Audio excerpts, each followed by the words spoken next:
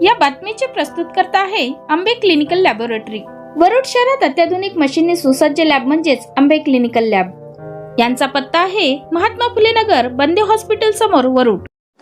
अध्यक्ष महोदय, आदरणीय देवेंद्रजी फडणवीस मुख्यमंत्री महाराष्ट्र राज्य यांच्या नेतृत्वाखाली महाराष्ट्र शासन, आपले दोन्ही उपमुख्यमंत्री आणि सर्व मंत्रीगण अतिशय चांगलं काम करत आहे। महाराष्ट्राच्या संपन्नतेसाठी, महाराष्ट्राला प्रगतीपथावर नेण्यासाठी अतिशय चांगलं काम आपल्या सरकारकडून, महायुतीच्या सरकारकडून होत आहे। यासाठी सर्वप्रथम महाराष्ट्र शासनाचं मी अभिनंदन करतो।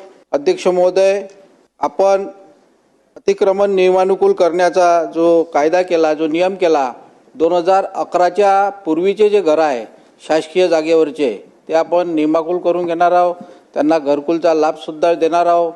अध्यक्ष महोदय, माझी आपणास एक विनंती आहे की माझ्या मतदारसंघामध्ये हजारो असे घर आहे की जे 100 रुपयाच्या स्टॅम्प पेपरवर त्यांनी ते जमिनीचा तुकडा खरेदी केला, परंतु परिस्थितीमुळं ते त्या जमिनीची खरेदी करू शकले नाही किंवा त्या जमिनीची खरेदी होऊ शकत नव्हती। असे हजारो कुटुंब आहे। आणि माझी अशी मागणी आहे अध्यक्ष महोदय की ज्या आधारावर 2011च्या अगोदरचे सरकारी जमिनीवरचे घरं आपण नियमाकुल करून घेत आहोत, घरकुलचा लाभ देत आहोत, त्याच धर्तीवर हे जे हजारो घरं आहे 100 रुपयाच्या स्टॅम्प पेपरवरचे खरेदी केलेले जमिनीवरचे, यांनासुद्धा आपण सरकारी आपल्या धोरणाचा लाभ द्यावा अशी आपल्या माध्यमातून शासनाला मी विनंती करतो आहे। अध्यक्ष महोदय, एकात्मिक फल उत्पादन विकास कार्यक्रमाच्या अंतर्गत जुन्या फळबागाचे पुनरुज्जीवन करण्यासाठी 2006 पासून योजना राबवल्या जात आहे।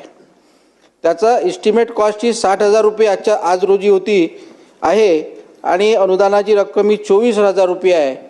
अध्यक्ष महोदय, संत्रा झाडाचं प्रूनिंग करणं हे अतिशय एक किचकट काम आहे, महागडं काम आहे आणि कृषी विभागानं यावर्षी ही रक्कम वाढवली जरी असली तरी जे आम्हाला अगोदर अनुदान मिळत होतं ते 50% होतं आणि आज रोजी म्हणजे 16 वर्षाच्या नंतर हे अनुदान 40% करण्यात आलेलं आहे। अध्यक्ष महोदय, आपल्या माध्यमातून माझी सरकारला विनंती आहे, हे अनुदान कमीत कमी 50,000 रुपये हेक्टर असलं पाहिजे, जेणेकरून संत्रा झाडाचं ज्या पद्धतीने व्यवस्थापन करणं आवश्यक आहे, संत्रा झाडाची जे कटिंग करणं आवश्यक आहे, अध्यक्ष महोदय, पुनर्जीवन होण्याच्या दृष्टीनं ते होईल आणि निश्चितच शेतकऱ्याच्या उत्पन्नामध्ये, संत्रा उत्पादनामध्ये निश्चितच यामुळं वाढ होईल। आपल्या माध्यमातून सरकारला मी विनंती करतो की हेक्टरी 50,000 रुपये अनुदान या प्रूनिंगच्या कामासाठी देण्यात यावं। अध्यक्ष महोदय, 20 फरवरी 2002 रोजी वरुड व मोर्शी तालुका ड्राय झोन म्हणून घोषित करण्यात आला। आज जवळपास 24 वर्ष झाले अध्यक्ष महोदय, परंतु आमचा हा ड्राय झोन काही अध्यक्ष महोदय ड्राय झोनमधून आम्ही काही निघू शकलो नाही आणि आमची पाण्याची पातळीसुद्धा काही वाढली नाही। एक थोडासा मोर्शीचा काही भाग सोडला तर इतर दोन्ही तालुक्यामध्ये अतिशय गंभीर परिस्थिती आहे। 1000-1200 फुटावर आमची पाण्याची पातळी आहे। परंतु माझी अशी शासनाला आपल्या माध्यमातून विनंती आहे की माझ्या मतदारसंघामध्ये ड्राय झोन नष्ट करण्यासाठी एक विशेष पॅकेज दिलं पाहिजे आणि जे जे उपाय करणं आवश्यक आहे अध्यक्ष महोदय, ते माझ्या मतदारसंघामध्ये पाण्याची पातळी वाढवण्यासाठी केले पाहिजे। कारण आता 24 वर्षाचा काळ झाला, 100 वर्ष या कामासाठी लागू नये त्या पद्धतीचे धोरणं आपण अध्यक्ष महोदय सरकारनं आखले पाहिजे। नाले झाले, काही प्रमाणामध्ये तलाव झाले, परंतु पाण्याची पातळी काही वाढू शकली नाही। 40-50 इंच जरी अध्यक्ष महोदय पाऊस झाला तरी पाण्याची पातळी वाढत नाही। याचं कारण आमच्या मोर्शी मतदारसंघामध्ये संत्रा बागायतदाराचं प्रमाण जास्त असल्यामुळं उपसा जास्त आहे, मोठ्या प्रमाणात मध्ये उपसा आहे। त्याच्यामुळं हा ड्राय झोन कसा काय निघेल याच्यावर सुद्धा एक अभ्यास झाला पाहिजे आणि एक मोठं पॅकेज माझ्या मतदारसंघासाठी शासनानं दिलं पाहिजे, ही एक मागणी आपल्या माध्यमातून मी करतो आहे। अध्यक्ष महोदय, माझ्या मतदारसंघात आता बिबट्याची समस्या पूर्ण महाराष्ट्रभर आहे। माझ्या मतदारसंघामध्ये सुद्धा 40 बिबट झाले आहे, रोही झाली आहे, मोठ्या प्रमाणात शेतकरी त्रस्त आहे। अध्यक्ष महोदय, आता आमच्या बकाने साहेबांनी जो उपाय सुचवला हा अतिशय समर्पक याच्यावरचं उत्तर असू शकते।